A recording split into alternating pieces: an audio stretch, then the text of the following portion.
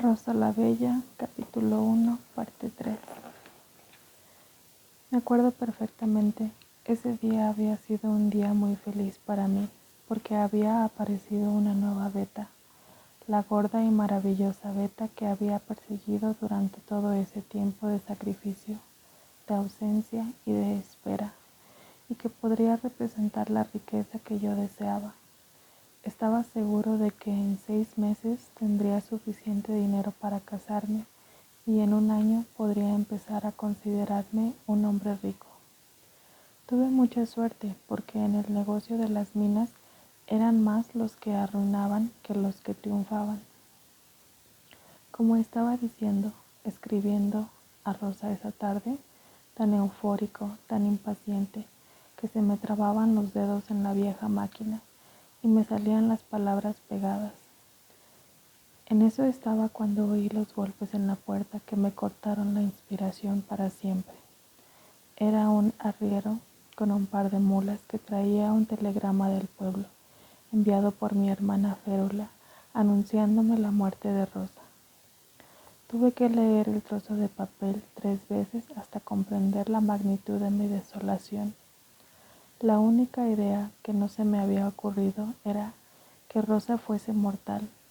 Sufrí mucho, pensando que ella, aburrida de esperarme, decidiera casarse con otro, o que nunca aparecería el maldito Filón, que pusiera una fortuna en mis manos, o que se desmoronara la mina aplastándome como una cucaracha.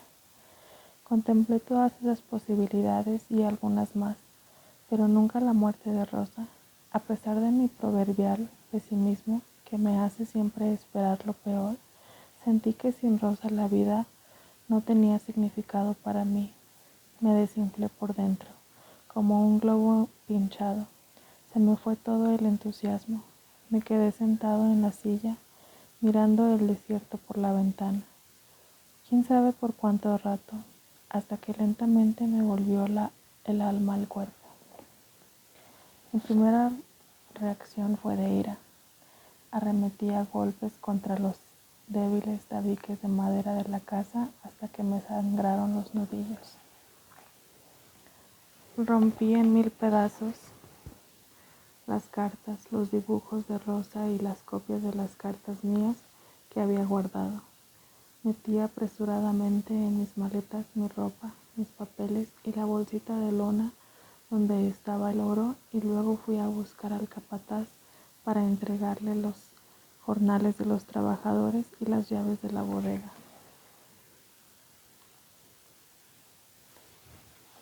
El arriero se ofreció para acompañarme hasta el tren. Tuvimos que viajar una buena parte de la noche al lomo de las bestias, con mantas de Castilla como único abrigo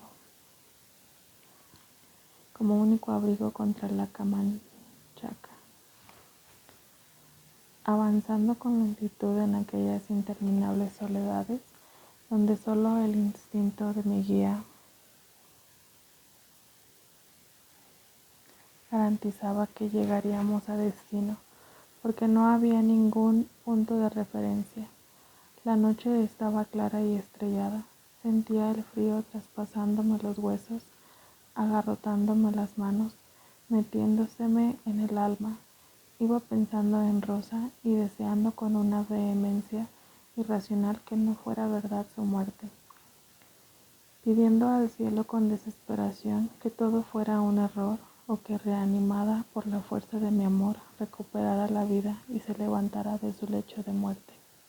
Como Lázaro, iba llorando por dentro, hundido en mi pena y en el hielo de la noche, escupiendo blasfemias contra la mula que andaba tan despacio, contra Férula, portadora de desgracias, contra Rosa por haberse muerto y contra Dios por haberlo permitido, hasta que empezó a aclarar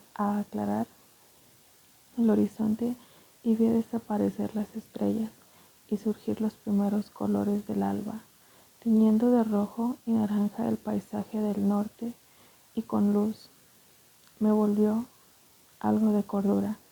Empecé a resignarme a mi desgracia y a pedir no ya que resucitara, sino tan solo que yo alcanzara a llegar a tiempo para verla antes de que la enterraran. Apuramos el tranco y 1 hora más tarde el arriero se despidió de mí en la minúscula estación por donde pasaba el tren de trocha angosta que unía al mundo civilizado con ese desierto donde pasé 2 años. Viajé más de 30 horas sin detenerme ni para comer, olvidado hasta de la sed, pero conseguí llegar a la casa de la familia del Valle antes del funeral. Dicen que entré a la casa cubierto de polvo, sin sombrero, sucio y barbudo, sediento y furioso preguntando a gritos por mi novia. La pequeña Clara, que entonces era apenas una niña flaca y fea, me salió al encuentro cuando entré al patio. Me tomó de la mano y me condujo en silencio al comedor. Allí estaba Rosa entre blancos pliegues, de raso blanco en su blanco ataúd, que a los 3 días de fallecida se conservaba intacta y era 1000 veces más bella de lo que yo recordaba, porque Rosa en la muerte se había transformado sutilmente en la sirena que siempre fue en secreto. Maldita sea, se me fue de las manos. Dicen que dije, grité, cayendo de rodillas a su lado, escandalizando a los deudos porque no podía nadie comprender mi frustración por haber pasado 2 años rascando la tierra para hacerme rico, con el único propósito de llevar algún día a esa joven al altar, y la muerte me la había burlado. Momentos después llegó la carroza, un coche enorme, negro y reluciente, tirado por 6 corceles empenachados, como se usaba entonces, y conducido por 2 cocheros de librea. Salió de la casa a media tarde, bajo una tenue llovizna, seguida por una procesión de coches que llevaban a los parientes, a los amigos y a las coronas de flores. Por costumbre, las mujeres y los niños no asistían a los entierros. Ese era un oficio de hombres, pero Clara consiguió mezclarse a última hora con el cortejo para acompañar a su hermana Rosa. Sentí su manita enguantada aferrada a la mía y durante todo el trayecto la tuve a mi lado, pequeña sombra silenciosa que removía una ternura desconocida en mi alma. En ese momento, yo tampoco me di cuenta de que Clara no había dicho ni una palabra en 2 días, y pasarían 3 más antes de que la familia se alarmara por su silencio. Severo del Valle y sus hijos mayores llevaron en andas el ataúd blanco con remaches de plata de Rosa, y ellos mismos lo colocaron en el nicho abierto del mausoleo. Iban de luto, silenciosos y sin lágrimas, como corresponde a las normas de tristeza en un país habituado a la dignidad del dolor. Después que se cerraron las rejas de la tumba y se retiraron los deudos, los amigos y los sepultureros, me quedé allí, parado entre las flores que escaparon a las comilonas de Barrabás y acompañaron a Rosa al cementerio. Debo haber parecido un oscuro pájaro de invierno, con el faldón de la chaqueta bailando en la brisa, alto y flaco, como era yo entonces, antes de que se cumpliera la maldición de Férula y empezara a achicarme.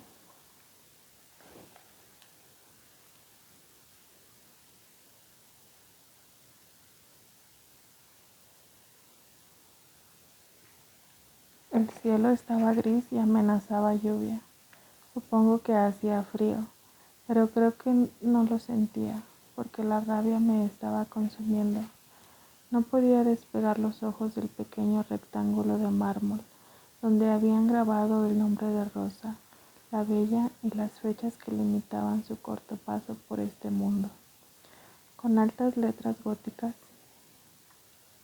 pensaba que había perdido 2 años soñando con Rosa, trabajando para Rosa, escribiendo a Rosa, deseando a Rosa y que al final ni siquiera tendría el consuelo de ser enterrado a su lado. Medité en los años que me faltaban por vivir y llegué a la conclusión de que sin ella no valían la pena, porque nunca encontraría en todo el universo otra mujer con su pelo verde y su hermosura marina.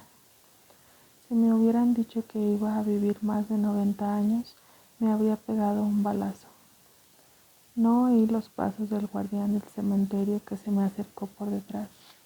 Por eso me sorprendí cuando me tocó el hombro. ¿Cómo se atreve a tocarme?, rugí. Retrocedió, asustado. Pobre hombre, algunas gotas de lluvia mojaron tristemente las flores de los muertos. Disculpe, caballero, son las 6 y tengo que cerrar, creo que me dijo.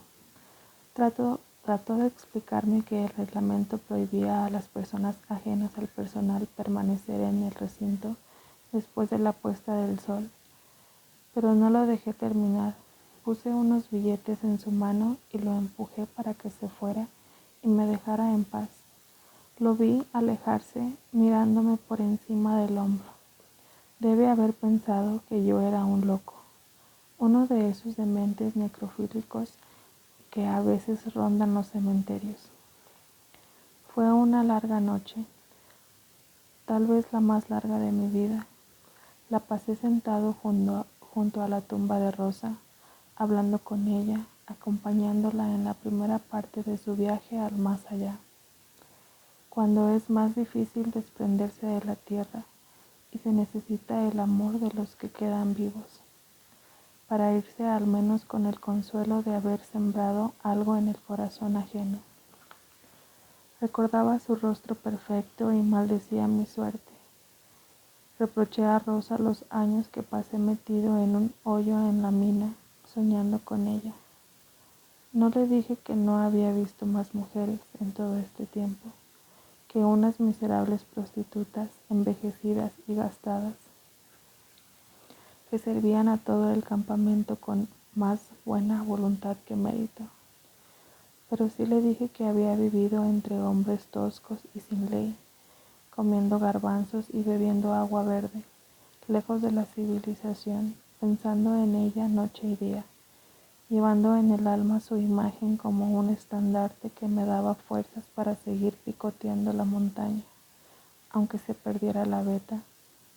Enfermo del estómago la mayor parte del año, helado de frío en las noches y alucinado por el calor del día. Todo eso con el único fin de casarme con ella. Pero va y se muere a traición. Antes que pudiera cumplir mis sueños, dejándome una incurable desolación. Le dije que se había burlado de mí. Le saqué la cuenta de que nunca habíamos estado completamente solos, que la había podido besar una sola vez. Había tenido que tejer el amor con recuerdos y deseos apremiantes, pero imposibles de satisfacer, con cartas atrasadas y desteñidas que no podían reflejar la pasión de mis sentimientos ni el dolor de su ausencia, porque no tengo facilidad para el género epistolar y mucho menos para escribir sobre mis emociones. Le dije que esos años en la mina eran una irremediable pérdida, que si yo hubiera sabido que iba a durar tan poco en este mundo, habría robado el dinero necesario para casarme con ella y construir un palacio alhajado con tesoros del fondo del mar, corales, perlas, nácar, donde la habría mantenido secuestrada y donde solo yo tuviera acceso. La habría amado interrumpidamente por un tiempo casi infinito, porque estaba seguro de que si hubiera estado conmigo, no habría bebido el veneno destinado a su padre y habría durado 1000 años. Le hablé de las caricias que le tenía reservadas, los regalos con que iba a sorprenderla, la forma como la hubiera enamorado y hecho feliz. Le dije, en resumen, todas las locuras que nunca le hubiera dicho si pudiera oírme, y que nunca he vuelto a decir a ninguna mujer. Esa noche creí que había perdido para siempre la capacidad de enamorarme, que nunca más podría reírme ni perseguir una ilusión. Pero nunca más es mucho tiempo. Así he podido comprobarlo en esta larga vida. Tuve la visión de la rabia creciendo dentro de mí como un tumor maligno, ensuciando las mejores horas de mi existencia, incapacitándome para la ternura o la clemencia. Pero, por encima de la confusión y la ira, el sentimiento más fuerte que recuerdo haber tenido esa noche fue el deseo frustrado, porque jamás podría cumplir el anhelo de recorrer a Rosa con las manos, de penetrar sus secretos, de soltar el verde manantial de su cabello y hundirme en sus aguas más profundas. Evoqué con desesperación la última imagen que tenía de ella, recortada entre los pliegues de raso de su ataúd virginal, con sus azares de novia coronando su cabeza y un rosario entre los dedos. No sabía que asimismo, con los azares y el rosario, volvería a verla por un instante fugaz, muchos años más tarde. Con las primeras luces del amanecer volvió el guardián. Debe haber sentido lástima por ese loco semicongelado que había pasado la noche entre los lívidos fantasmas del cementerio. Me tendió su cantimplora. Té caliente. Tome un poco, señor, me ofreció, pero lo rechacé con un manotazo y me alejé maldiciendo a grandezas zancadas rabiosas entre las hileras de tumbas y cipreses. La noche que el doctor Cuevas y su ayudante destriparon el cadáver de Rosa en la cocina para encontrar la causa de su muerte, Clara estaba en su cama con los ojos abiertos, temblando en la oscuridad. Tenía la terrible duda de que su hermana había muerto porque ella lo había dicho. Creía que así como la fuerza de su mente podía mover el salero, igualmente podía ser la causa de las muertes, de los temblores de tierra y otras desgracias mayores. En vano le había explicado su madre que ella no podía provocar los acontecimientos, solo verlos con alguna anticipación. Se sentía desolada y culpable, y se le ocurrió que si pudiera estar con Rosa, se sentiría mejor. Se levantó descalza, en camisa, y se fue al dormitorio que había compartido con su hermana mayor, pero no la encontró en su cama, donde la había visto por última vez. Salió a buscarla por la casa. Todo estaba oscuro y silencioso. Su madre dormía drogada por el doctor Cuevas y sus hermanos y los sirvientes se habían retirado temprano a sus habitaciones. Recorrió los salones deslizándose pegada a los muros, asustada y helada. Los muebles pesados, las gruesas cortinas drapeadas, los cuadros de las paredes, el papel tapiz con sus flores pintadas sobre tela oscura, las lámparas apagadas oscilando en los techos y las matas de helecho sobre sus columnas de loza. Le parecieron amenazantes. Notó que en el salón brillaba algo de luz por una rendija debajo de la puerta y estuvo a punto de entrar, pero temió encontrar a su padre y que la mandara de regreso a la cama. Se dirigió entonces a la cocina, pensando que en el pecho de la nana hallaría consuelo. Cruzó el patio principal, entre las camelias y los naranjos enanos, atravesó los salones del segundo cuerpo de la casa y los sombríos corredores abiertos donde las tenues luces de los faroles a gas quedaban encendidas toda la noche. para salir arrancando en los temblores y para espantar a los murciélagos y otros bichos nocturnos. Y llegó al tercer patio, donde estaban las dependencias de servicio y las cocinas. Allí la casa perdía su señorial prestancia y empezaba el desorden de las perreras, los gallineros y los cuartos de los sirvientes. Más allá estaba la caballeriza, donde se guardaban los viejos caballos que Nivea todavía usaba. A pesar de que Severo del Valle había sido uno de los primeros en comprar un automóvil, la puerta y los postigos de la cocina y el repostero estaban cerrados. El instinto advirtió a Clara que algo anormal estaba ocurriendo adentro. Trató de asomarse, pero su nariz no llegaba al afeizar de la ventana. Tuvo que arrastrar un cajón y acercarlo al muro. Se trepó y pudo mirar por un hueco entre el postigo de madera y el marco de la ventana que la humedad y el tiempo habían deformado. Y entonces vio el interior. El doctor Cuevas, ese hombronazo bonachón y dulce, de amplia barba y vientre opulento, que le ayudó a nacer y que la atendió en todas sus pequeñas enfermedades de la niñez y sus ataques de asma, se había transformado en un vampiro gordo y oscuro, como los de las ilustraciones de los libros de su tío Marcos. Estaba inclinado sobre el mostrador donde la nana preparaba la comida. A su lado había un joven desconocido, pálido como la luna, con la camisa manchada de sangre y los ojos perdidos de amor. Vio las piernas blanquísimas de su hermana y sus pies desnudos. Clara comenzó a temblar.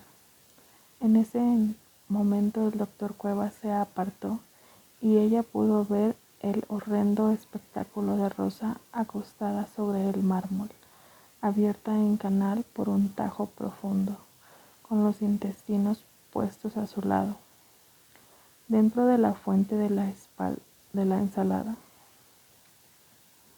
Rosa tenía la cabeza torcida en dirección a la ventana donde ella estaba espiando. Su larguísimo pelo verde colgaba como un helecho desde el mesón hasta las baldosas del suelo, manchadas de rojo. Tenía los ojos cerrados, pero la niña, por efecto de sombras, la distancia o la imaginación, creyó ver una expresión suplicante y humillada.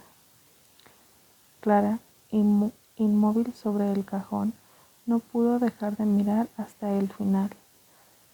Se quedó atisbando por la rendija mucho rato, helándose, sin darse cuenta hasta que los dos hombres terminaron de vaciar a Rosa, de inyectarle líquido por las venas y bañarla por dentro y por fuera con vinagre aromático y esencia de espliego. Se quedó hasta que la rellenaron con emplastos de embalsamador y la cosieron con una aguja curva de colchonero. Se quedó hasta que el doctor Cuevas se lavó en el fregadero y se enjuagó las lágrimas, mientras el otro limpiaba la sangre y las vísceras. Se quedó hasta que el médico salió poniéndose su chaqueta negra con un gesto de mortal tristeza. Se quedó hasta que el joven desconocido besó a Rosa en los labios, en el cuello, en los senos, entre las piernas. La lavó con una esponja, le puso su camisa bordada y le acomodó el pelo jadeando. Se quedó hasta que llegaron la nana y el doctor Cuevas y hasta que la vistieron con su traje blanco y le pusieron la corona de azares que tenía guardados en papel de seda para el día de su boda. Se quedó hasta que el ayudante la cargó en los brazos con la camisa conmovedora. Se quedó hasta que el ayudante la cargó en los brazos con la misma conmovedora ternura con que la hubiera levantado para cruzar por primera vez el umbral de su casa si hubiera sido su novia. Y no pudo moverse hasta que aparecieron las primeras luces. Entonces se deslizó hasta su cama, sintiendo por dentro todo el silencio del mundo. El silencio la ocupó enteramente y no volvió a hablar hasta 9 años después, cuando sacó la voz para anunciar que se iba a casar.